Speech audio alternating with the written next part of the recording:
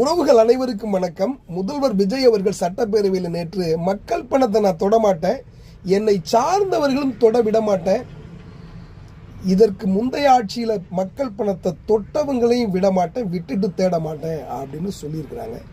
Okay, சந்தோஷமான விஷயம். ஆனால் இதுவரைக்கும் முந்தைய ஆட்சியில் மக்கள் பணத்தை தொட்டவங்களை நோக்கி நீங்கள் ஒரு ஸ்டெப்பு கூட, ஒரு அடி கூட எடுத்து வைக்கலையே சார்.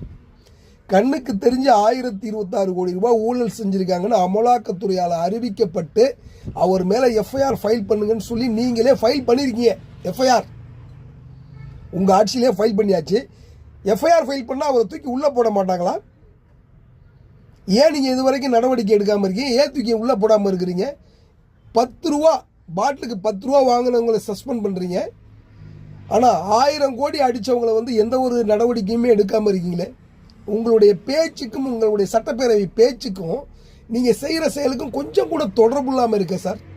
மக்கள் இதுக்காக உங்களுக்கு வாக்களிக்கல. நீங்கள் உண்மையும் நேர்மையுமா ஆட்சி கொடுப்பீங்க, உண்மையும் நேர்மையுமா ஆட்சி கொடுக்காதவனை தூக்கி உள்ளே போட்டு குத்துவீங்க அப்படின்னு சொல்லி தான் உங்களுக்கு ஆட்சி அதிகாரத்தை கொடுத்தாங்க. ஆனால் நீங்கள் எதையுமே இதுவரைக்கும் எந்த ஒரு நடவடிக்கையுமே எடுக்கலையே. அப்போ நீங்கள் நடவடிக்கை எடுக்கணும்னா திமுக ஆட்சி தூய ஆட்சியா? உண்மையும் நேர்மையும் ஆட்சி பண்ணாங்களா? எந்த ஒரு குற்றமுமே பண்ணலையா?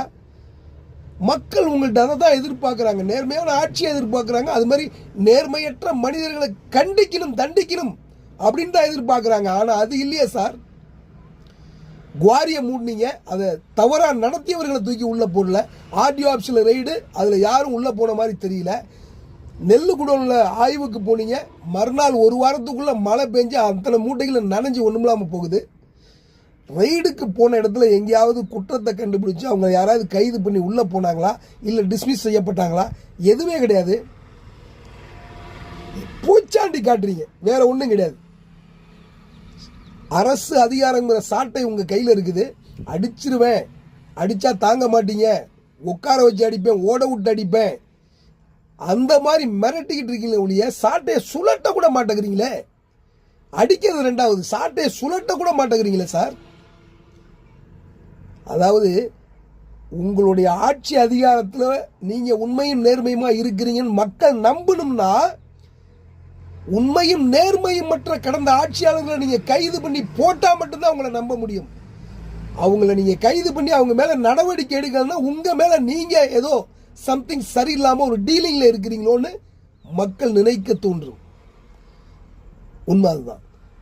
பாருங்கள், பகிருங்கள், பங்களிப்பை கொடுங்கள், சப்ஸ்கிரைப் பண்ணுங்க, சப்போர்ட் பண்ணுங்க. நன்றி உறவுகளே.